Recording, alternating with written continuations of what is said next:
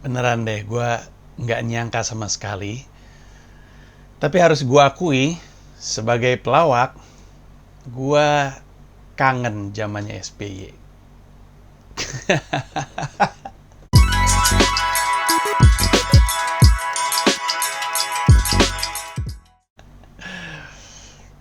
Gue kasih penjelasan kenapa videonya ngomongin kangen zamannya SBY. Dan sejujurnya bukan cuma zamannya SBY, zamannya Pak SBY, zamannya Ibu Megawati, zamannya Gus Dur, zamannya B.J. Habibie, tidak zamannya Soeharto. Karena zaman-zaman tersebut kelihatannya kita masih bisa menertawakan presiden, menertawakan pemerintahan. Zaman Soeharto nggak bisa, karena kalau misalnya lu omongin itu secara terbuka, raib, sempurna. Ini adalah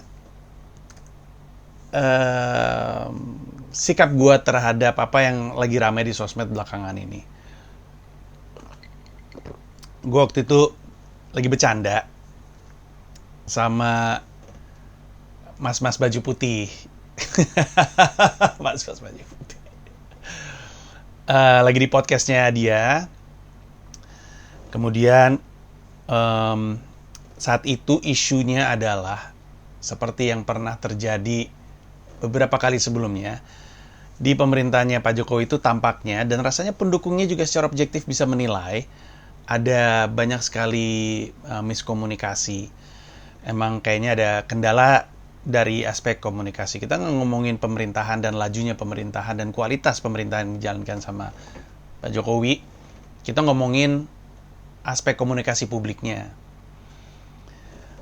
Sehingga bercandaan umumnya, zeitgeistnya adalah dari itu tahun lalu, video tahun lalu 2020, sekarang dan beberapa tahun sebelumnya adalah ini pemerintah tuh kayak nggak ada grup WhatsApp-nya. Atau mungkin ada tapi nggak aktif kali. Terus video tahun lalu itu rame sekarang, terus banyak yang tersinggung. Dan reaksi tersinggungnya itu kocak-kocak sih, tapi umumnya reaksi orang yang tersinggung selalu A, emang lu pernah ngelakuin apa? Terus B, udah nggak ada job ya? Atau udah nggak ada uang ya? Sehingga, gimana istilahnya ya? Udah nggak ada job sih, sehingga cari-cari perhatian, nah gitu kurang lebihnya. Yang mana lucu ya kalau misalkan ada orang, dua-dua pernyataan itu sih sebenarnya menggambarkan memang kayaknya nggak cukup kenal gue, karena kalau kenal gue nggak akan mampu untuk mengeluarkan dua pernyataan tadi. Tapi ya udahlah ya. Ketimbang ngomongin soal gue nggak ada duit, gue nggak ada duit, gue lebih tertarik untuk ngomongin, emang Panji pernah ngapain sih untuk Indonesia? Kok kayaknya kerjanya nyinyir dan menyindir dan menyinggung gitu. Pernah ngapain sih untuk Indonesia?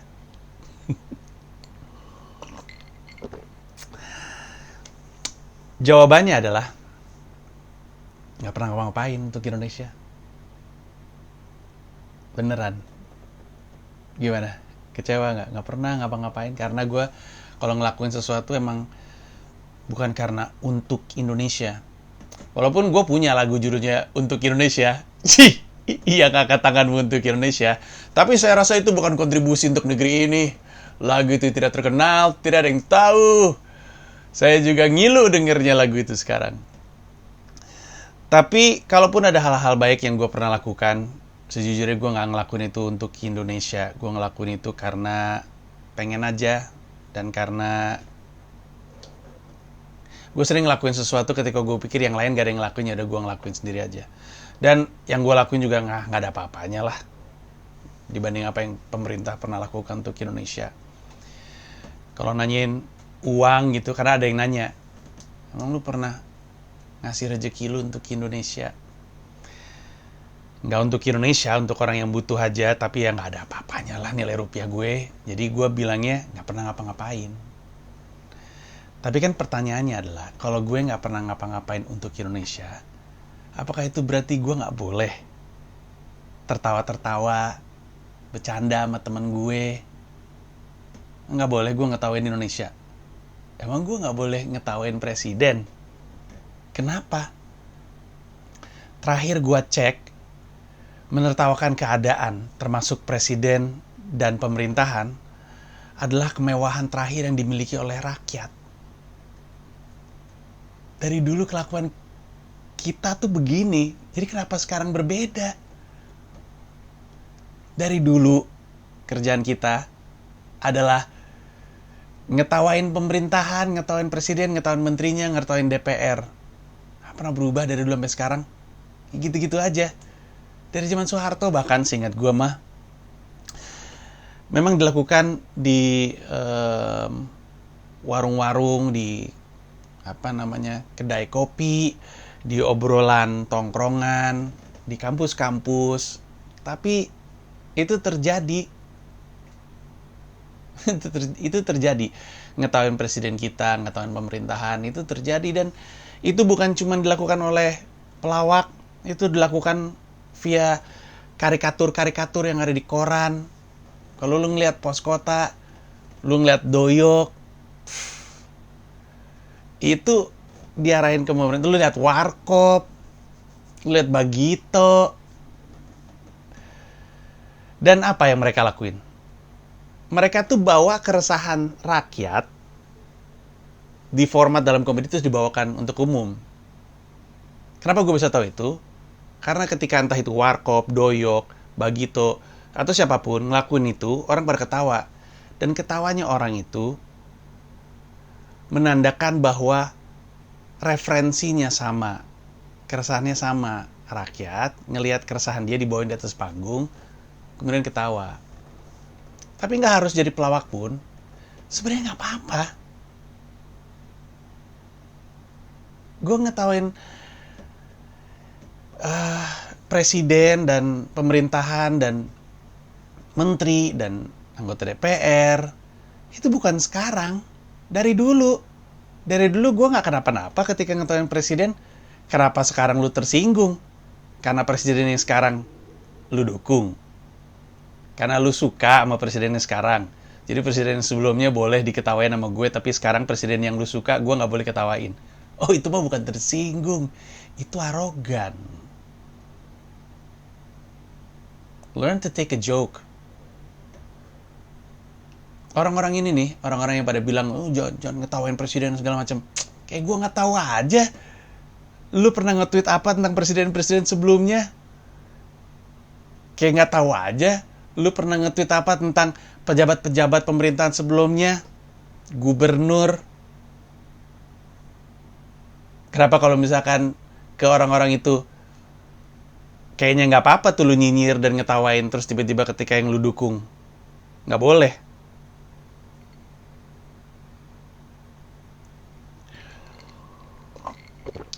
Gue udah ngelakuin ini dari zaman provokatif-proaktif, kalau lu inget. Nggak inget ya? Cek aja di YouTube, kayaknya masih ada deh. Provokatif-proaktif tuh acara di Metro TV. Sebenarnya awalnya Provokatif-proaktif tuh judul album rap yang di dalamnya ada angkat tanganmu untuk Indonesia. Lalu gue jadiin program radio di Hard Rock FM Jakarta, namanya Provokatif-proaktif, sebuah acara talk show yang ngebahas sospol. Lalu konsepnya gue tawarin ke Metro TV, lalu jadi acara talk show politik. Pada zaman dulu, zamannya Pak SBY itu sering banget gue bercandain. Bahkan sampai sekarang lu masih bisa nemuin hashtagnya. Dulu tuh gue bikin hashtag MBY, karena dulu Pak SBY kerjanya ngeluh mulu. Jadi gue mengkategorikan ngeluh di depan umum tuh MBY namanya. Alah, ini MBY aja kerjanya, ngeluh aja di depan umum. Sampai sekarang lu bisa nemuin banyak orang pakai hashtag tersebut, MBY gitu. Dan jangankan itu, dulu gue pernah bilang Pak SBY, gue kalau ngeliat itu sekarang tuh kayak, gue dulu pernah bilang Pak SBY pasti pernah nyimeng. Walaupun bercanda memang konteksnya ya. Terus keluar dari proporsi gitu ya. Dianggap kayaknya gue serius banget nyangkain Pak SBY pernah nyimeng. Tapi waktu itu nggak kenapa-kenapa. Boleh-boleh aja. Tapi gue mau ngasih tahu, keadaan yang membedakan dulu dan sekarang itu bukan karena presidennya beda. Pak Jokowi itu santai. Pak LBP mungkin juga santai. Terutama karena memahami bahwa dua-duanya adalah pejabat publik. Beliau tuh nggak perlu turun ke ranah rakyat jelata yang nggak jelas ini untuk nanggepin bercandaan. Nggak perlu mereka tahu itu. Pak LBP, Pak Jokowi, Pak Prabowo, Bang Sandi, Kiai Ma'ruf Amin, siapapun itu. Mereka tahu, mereka nggak perlu, ngapain? Gue rasa mereka tahu, ngapain sih gue? Ini bukan presidennya yang lagi gue ngomongin, ini pendukungnya. Yang membuat ngelawak di zaman SBY lebih enak, karena pendukungnya nggak seperti sekarang, dengan pendukungnya Pak Jokowi. Nggak usah GR, pendukung SBY, itu bukan karena Anda. Pendukung SBY, gokil bro. Nggak usah sosok manfaatin pernyataan ini untuk, ya makanya ayo kita usung Agus Yudhoyono. Aduh. Beda manusia SBY sama Agus Yudhoyono, AHY. Ini tuh terjadi karena ini malah jadi kelihatan jelek untuk SBY-nya, karena dulu rakyat kurang peduli sama Pak SBY. Yang membuat orang banyak tersinggung ketika kita ngebicarain Pak Jokowi karena banyak yang sayang sama Pak Jokowi. Dulu orang nggak sesayang itu sama Pak SBY.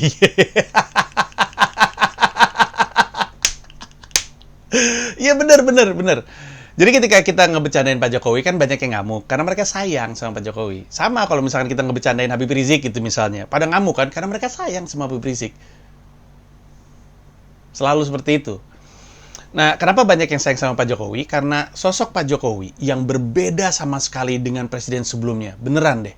Beneran, beliau tuh... Ini terdengar jelek, tapi sebenarnya ini adalah pujian. Beliau tuh tidak seperti presiden. Tidak presidential. Pak SBY itu presidential sekali. Sampai ditata kan, tangan nggak boleh terlalu tinggi, nggak boleh lebih tinggi dari... Ditata lah.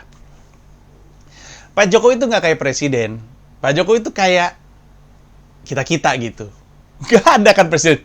Kaget. Nggak ada presiden. Nanti ekonomi... nggak ada presiden kayak gitu. Dan kita semua suka sama Pak Jokowi karena beliau seperti itu. Nah, sosok Pak Jokowi yang beda banget dan kelihatan dekat membuat banyak orang akhirnya terlibat dalam politik. Bukan cuma sekedar dalam memilih seperti yang dulu-dulu terjadi. Tapi benar-benar memperjuangkan supaya orang ini yang dia sukai itu menang. Sehingga rasa memiliki orang-orang terhadap pemerintahan ini jauh lebih besar daripada sebelumnya. Nah, itu juga yang membuat banyak orang ngamuk ketika kita ngebecanain Pak Jokowi. Karena fansnya Pak Jokowi, nyata-nyatanya emang lebih banyak daripada fansnya Pak SBY. Jadi, bukan sebuah pujian untuk Anda SBY lovers.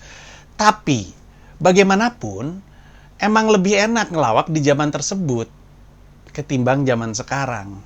Karena zaman sekarang nih, yang bikin sulit kita bercanda adalah karena fansnya jadi gampang ngamuk.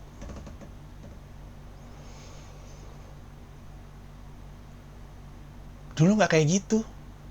Wow, kalau misalnya kan stand up Indo meledak 13 Juli 2011. 13 Juli 2011 itu masih zamannya Pak SBY kan? Pilkada Pak Jokowi itu 2012 nggak sih? Terus Pilpres 2014 kayaknya. Kayaknya ya. Gue lupa terus terang. Tapi kayaknya emang pasti Pak SBY. Itu ya, di dalam set gue, yang gue bawakan tanggal 13 Juli 2011, itu gue ngomongin Pak SBY. Yang mana kalau misalnya zaman itu adalah zamannya Pak Jokowi, atau misalkan stand up Indo baru meledak sekarang, nggak akan terjadi tuh. Nggak akan mungkin gue bawain joke itu dan selamat dan viral gitu, karena Pak Jokowi punya fans yang gampang tersinggung. Dan komedian juga terdampak. Bukan cuma gue doang kok, banyak yang jadi pada nggak bisa ngelawak karena bukan karena nggak nemu lucunya, cuman malas berurusan. Makanya orang suka nanya, Bang Panji beraninya ngomongin Habib Rizik, ngomongin Jokowi dong, ngomongin Anies dong, ngomongin Prabowo dong, ngomongin Sandi dong. Ngomongin, nggak di depan lu.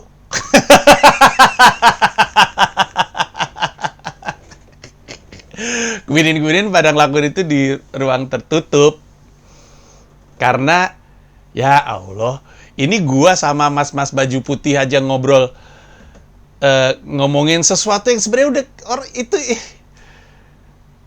itu bukan cuma omongan gue, itu omongan banyak orang soal ini pemerintah itu sebenarnya ada grup WhatsApp atau enggak sih? Apa sih yang terjadi di grup WhatsApp? Itu bukan cuma itu, lu cari di Twitter, lu search gitu juga ada omongan itu. Jadi ya Allah bercanda no. Habis itu anehnya nggak tahu kenapa tuh orang ngait-ngaitin sama LBP. Padahal target dari joke-nya itu memang Pak Jokowi, justru bukan Pak LBP. Tapi banyak orang tuh yang seakan-akan jadi ngebelain Pak LBP. Pak LBP bukan target dari joke-nya. Target dari joke-nya memang Pak Jokowi. Orang ya yang tersinggung sama joke gue, bercandaan gue sama si mas-mas baju putih, kemudian jadi kayak merasa gue menyinggung LBP, itu persis kayak sekarang lagi terjadi di YouTube gue. Jadi di YouTube gue tuh ada, gue bisa ngupload video stand up. Video stand up-nya judulnya Habib Rizik Pulang. Lalu pendukung Habib Rizik, untuk alasan yang gue kurang paham kenapa, tersinggung. Padahal target joke-nya tuh Mas Anies. Yang gue ketawain, yang gue nyinyirin, itu Mas Anies. Memang kepulangan Habib Rizik itu berdampak sama joke-nya, karena pulangnya Habib Rizik mengungkap inkonsistensi Mas Anies dalam ketegasannya menegakkan aturan dalam konteks COVID. Jadi joke itu tentang Mas Anies ini nggak konsisten, marahnya pilih-pilih. Joke tentang itu. Jadi target joke-nya itu sebenarnya Mas Anies. Tapi yang mengungkap itu, yang mengungkap hipokrisi itu adalah kepulangan Habib Rizik.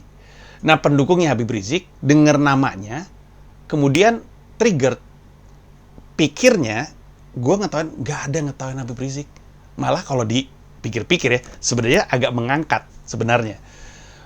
Tapi lu kalau lihat video itu, lu lihat komentar Instagramnya, gila itu, ngamuk semuanya. Nah sama, sebenarnya kan target dari joke-nya itu adalah Pak Jokowi. Justru LBP diginiin, diangkat di joke tersebut sebenarnya. Kalau nggak trigger sebenarnya. Karena kayaknya kita nggak perlu jelasin lagi ya. Udah pasti Bapak Luhut Binsar Panjaitan itu orang yang bisa kerja. Aduh itu mah jelas lah. Siapa yang di sini mau ngomong Pak LBP nggak bisa kerja? Nggak bisa baca kali itu orang. Sebenarnya gue dikasih tahu sama orang yang kerja langsung dengan Pak LBP bahwa Pak LBP emang bisa kerja. Orangnya bilang, gue baru ngerasain kerja bareng, emang bisa kerja itu orang. Tapi tanpa cerita teman gue juga, kalau ada seseorang yang selalu dipercaya untuk ngurusin semuanya, termasuk menjabat sejumlah menteri tertentu, ya udah pasti karena dia jago, udah pasti karena bisa kerja. Nggak mungkin yang lain deh. Itu mah fix. Indonesia juga tahu itu. Kan nggak mungkin ngasih kerjaan sama orang yang nggak bisa kerja. Nggak mungkin terus-terusan ngasih kerjaan dan ngasih tanggung jawab sama orang yang nggak bisa kerja. Nggak mungkin. Jadi gue nggak ngerti nih kenapa orang jadinya ngarahnya ke sana, mungkin. Atau mungkin yang mereka hindari itu adalah kesan bahwa Pak LBP-nya tuh justru terlalu di depan. Jadi pengen, enggak kok ini Pak Jokowi, tetap Pak Jokowi bukan Pak LBP. Mungkin itu alasannya. Kenapa mereka seperti itu?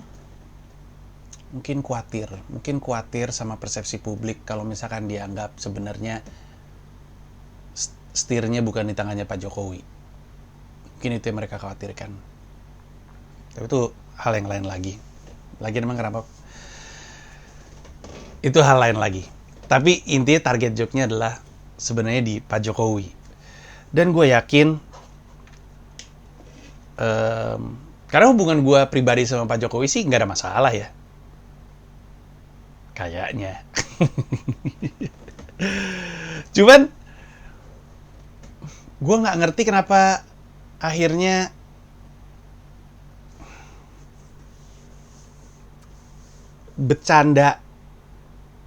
bercandain pemerintahan, bercandain presiden, bercandain pejabat dan segala macamnya itu kayak nggak boleh gitu.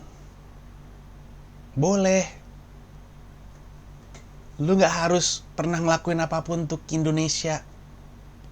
Bahkan orang yang ngomong, lu pernah ngapain sih untuk Indonesia sampai nyinyir kayak gitu? Aduh, seandainya lu tahu ya, itu akan membuat lu kelihatan jelek lo di mata publik. Kalau misalnya gue nonton Avengers Endgame, terus gue bilang, alah jelek itu Endgame, dan kemudian nggak tahu gimana ceritanya nyampe ke Russo Brothers, kemudian Russo Brothers nge-tweet, emang selain nyinyir, lu pernah bikin film apa sih gitu?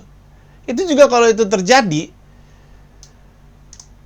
Twitter juga akan ngomel kolektif terhadap Russo Brothers. Apaan sih lu, ngapain lu ngomong kayak gitu? Emang orang harus pernah bikin film untuk punya opini tentang film? Emang orang harus... Nah, gini deh, gue inget kejadiannya nih. Ada banyak banget film Indonesia yang diketawain sama orang Indonesia. Ya kan? Sinetron atau apapun gitu. Kalau misalkan orang-orang yang ngetawain sinetron itu, kemudian kita tanya, emang lu pernah bikin apa sih? Selain nyinyirin sinetron, emang lu pernah bikin apa? Ya, buset dah. Runyam. Gue mau bilang bahwa lu gak harus pernah bikin apa-apa untuk bilang sebuah film jelek. Lu gak harus pernah masak apa-apa, gak harus jadi chef untuk bilang sebuah masakan gak enak. Untuk ngetawain makanannya. Ya, begini apa tuh makanan? Masa kayak gini gitu? Gak perlu. Lu gak perlu pernah bikin film untuk ngetawain. Ya ampun, itu logikanya gimana sih? Masa kayak gitu dia aneh banget ya? Ya, nggak perlu. Itu kan bentuk respon aja. Itu kan opini yang dibungkus dengan sentimen. Ya udah. Sama seperti lu nggak perlu ngelakuin apa-apa, hai rakyat Indonesia. Rakyat Indonesia nggak perlu harus melakukan apa-apa untuk punya hak menertawakan apa yang dia lihat dan dia rasakan.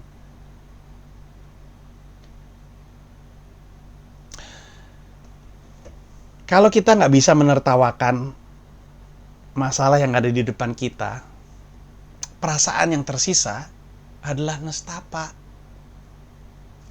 Bener deh, kita nggak mau satu bangsa isinya bangsa yang cuma bisa ngerespon sesuatu dengan kesedihan, dengan depresi, dengan kemarahan.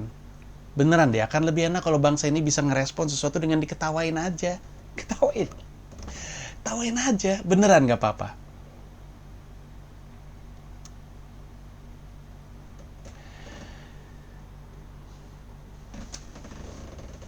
Karena nggak ada niat jahatnya gitu.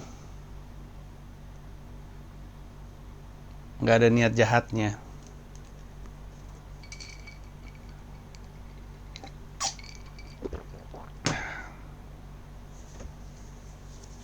Gue punya ide film. Ini premis. Sinopsis panjangnya udah gue store ke MD Pictures. MD Pictures ya, bukan Mahfud MD, karena kebetulan Mahfud MD juga tampaknya punya kegemaran tertentu dengan drama.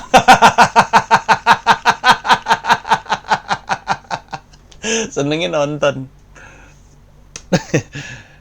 Marah lagi ntar nih pendukungnya. Gue ngebayangin pendukungnya marah karena apa yang gue lakuin aja tetap lucu di kepala gue. Ya, Jadi gue naruh naskah ke MD Pictures tentang sebuah dunia imajiner, Indonesia imajiner, ketika melawak itu dilarang, ketika nggak boleh berkomedi. Jadi gue bikin cerita apa yang terjadi kalau Indonesia itu, di Indonesia itu nggak boleh berkomedi, dan orang takut berkomedi karena berkomedi melanggar hukum. Dan kalaupun nggak kena hukum sama pemerintahnya, ada hukuman sosial karena lu nggak boleh berkomedi, nggak boleh ketawa gitu, nggak boleh ketawain apapun. Ada di filmnya, nggak tahu nih bakal jadi dikerjain atau enggak. Tapi di kepala gue beneran deh, mendingan kita belajar untuk menertawakan keadaan. Kalau misalnya lu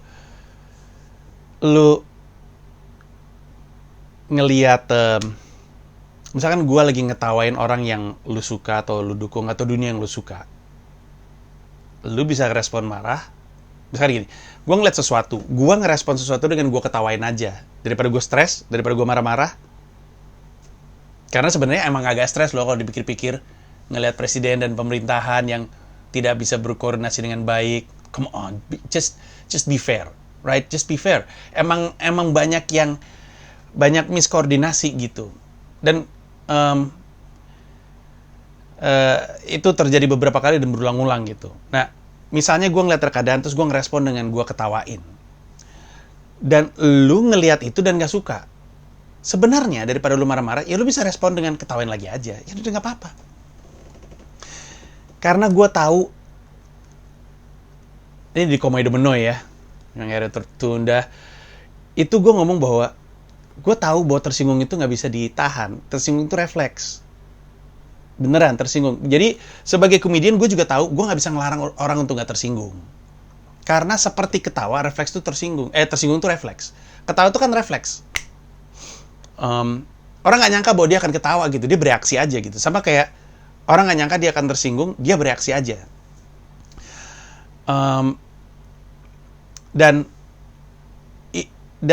Karena kita tahu tersinggung itu refleks, kita tuh nggak bisa ngelarang. Tapi kita bisa kelola ekspresi dari ketersinggungan kita. Susah memang, tapi bisa. Dan gue sebenarnya selalu mengadvokasi untuk belajar untuk bisa. Karena sejujur-jujurnya, lu nggak bisa ngatur mulut orang. Tahu nggak kan ada hal yang kita bisa kuasai dan hal yang kita nggak bisa kuasai. Kalau kita memusingkan hal-hal yang di luar kuasa kita, stres kita. Kalau kita nih ribet banget mikirin hal-hal yang di luar kuasa kita, kayak pendapat orang, opini orang, apa yang di dalam pikiran orang dan ucapan orang, itu di luar kuasa kita, beneran deh. Kita tuh nggak bisa nguasain. Jadi yang kita kuasain apa? Yang kita bisa kelola aja. Nah, karena kita tahu kita nggak bisa ngatur mulut orang, kita belajar untuk mengelola reaksi kita terhadap mulut orang tersebut. Dan gue tahu ini susah, dan gue juga masih belajar, tapi kayaknya gue sih udah cukup punya bukti bahwa gue bisa menertawakan orang yang nertawain gue. Saksinya ribuan. Kalau nggak percaya, tanya aja sama Ernest Prakasa, Soleh Solihun, Gilang Baskara, Uus, Rindra, dan begitu banyak komedian yang waktu zaman pilkada itu menertawakan gua. Jadi objek tertawanya adalah gua. Gua ada di pertunjukannya dan gua tetap ketawa karena gua sebagai pelawak gua ngerti lucunya di mana. Tapi maksud gue, target dari jokesnya itu gua, yang ditertawakan gua. Gua ketawa. Dan gue suka ditanya, lu ngapain sih datang ke special show-nya orang-orang itu ketika lu tahu lu bakal jadi target? Pertama karena gue, it's not about me. Gue lagi pengen nonton orang itu. Gue pengen nonton Ernest, gue pengen nonton Soleh, gue pengen nonton Uus. Dan gue pengen nonton mereka gitu. Dan nggak apa-apa mereka mau ngetawain gue. Habis apa? Masa gue memilih mereka untuk benci sama gue? Mendingan mereka ngetawain gue daripada mereka benci sama gue. Mereka teman-teman gue sayang sama mereka. Pilihannya apa? Mereka stres sama gue? Depresi sama gue? Benci sama gue? Ya enggak lah. Jauh lebih baik mereka ngetawain gue. Itu kelar. Dan selain itu, kenapa gue tetap datang? Dan kenapa tetap gue tahu? Karena gue sebagai pelog ngerti lucunya di mana. Gue ngerti ironinya. Ngerti gue. Gue bahas di Septic Tank.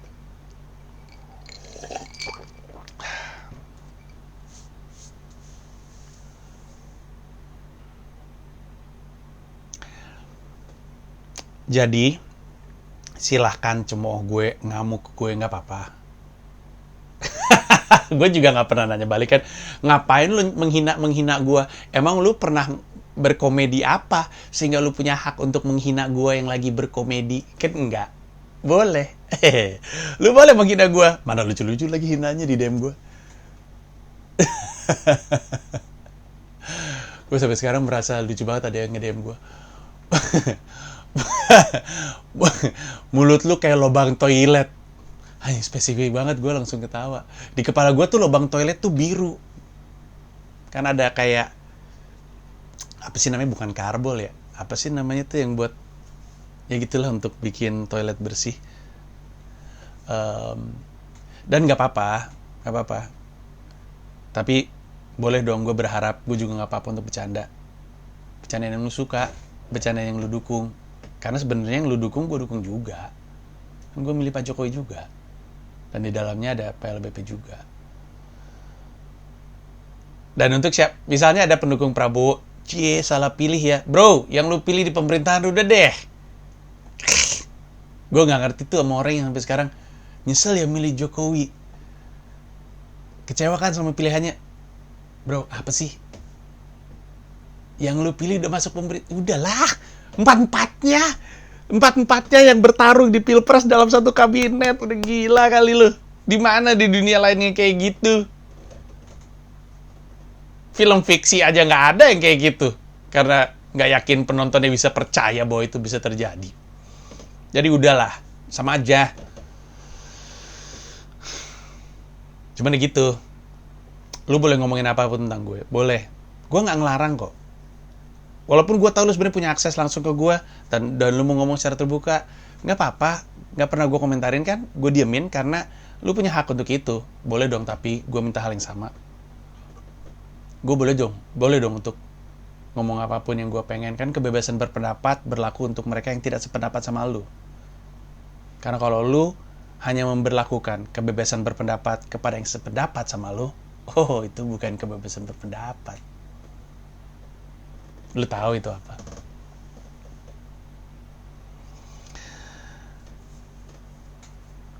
Boleh ya? Boleh dong. Karena gue tahu lu waktu presiden sebelumnya juga ngetawain juga kan? Sama pejabat publik lainnya juga lu ketawain juga kan? Maka, yang adil. Kalau lu bisa ngetawain pejabat lain, yang punya fans juga, berarti idealnya boleh dong. Orang lain ngetawain yang lu ngefansin. Adil aja. Lagian seperti yang tadi gue bilang, sejauh yang gue tahu ya, menertawakan keadaan, termasuk presiden dan pemerintahan, adalah kemewahan terakhir yang rakyat Indonesia punya.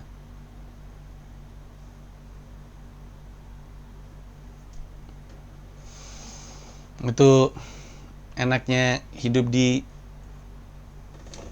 negara yang berazaskan demokrasi, yang mempunyai cita-cita luhur Pancasila. Itu enaknya, itu yang kita perjuangkan. Kita kan merdeka biar bisa yang kayak gini.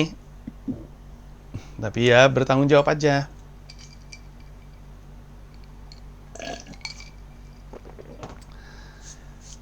Gitu. Ya. Aman? Bercandanya lanjut ya? Boleh dong. Lanjutin bercandanya. Lu boleh ngebercandain gue.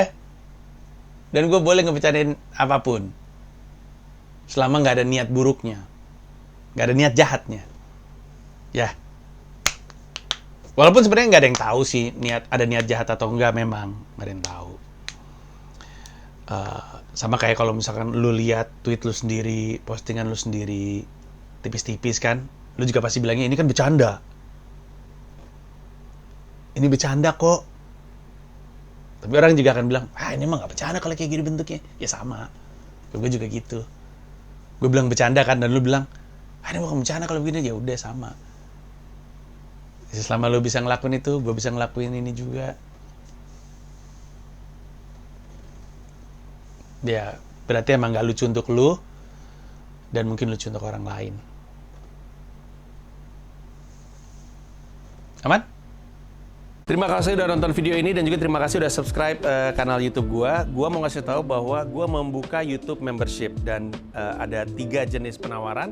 Ada 1 paham Rp30.000, ada 1 rasa Rp125.000, ada 1 jiwa Rp1,5 juta. Masing-masing punya manfaat-manfaat tersendiri. Ada konten-konten khusus yang gue siapkan untuk para member. Kalau tertarik silahkan mampir ke home, klik join.